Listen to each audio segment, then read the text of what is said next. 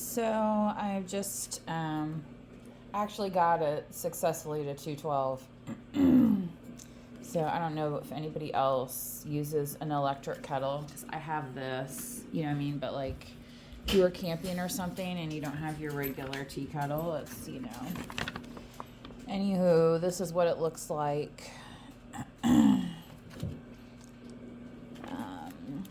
I would say this obviously would take less power than, running your microwave in your camper. You wouldn't even have to turn on your generator. You could just use probably a heavy duty battery or a Jackery or something like that. I don't have a Jackery, but I do have some heavy duty batteries for emergency use.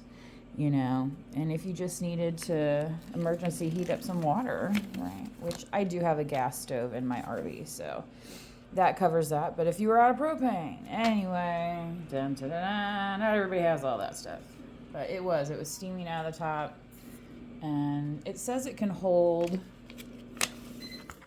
the temperature. When heating is finished, the kettle will go into standby mode. Okay, so it's in standby mode right now, I guess. Yes. And it said hold temperature setting. Okay. This is what I wanted to know. When the kettle is in standby mode, press and hold the on/off button for 4 seconds to hold the temperature. Water will stay at 131.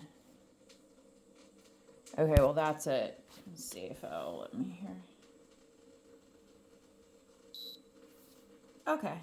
So hopefully that doesn't drop below 131. So I should have some hot water. And this, I can just unplug this here. That's the nice part. It's a,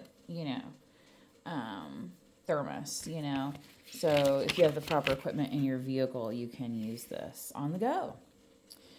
So anyway, thanks Tea Kettle Model Q3. Nicewell looks like is the brand. I guess these are very popular in the UK and other places, especially people who drink a lot of tea. I happen to do like tea, so I thought I will go ahead and get some and see how I like it. So interesting. It reminds me of, getting your water warm for a hot pot in college. Anyway, did you guys ever have a hot pot? Because we could not have open flame. This is another thing too. Probably like if you're somebody that's in college, or maybe you're in a little studio, something that doesn't allow you to have like open coils, flames, you know what I mean? Burner, like if you're not allowed a stovetop burner. Like for your ramen and stuff, obviously, you could just heat up this, right? And add your ingredients. So you don't need a big stove to get your ramen going.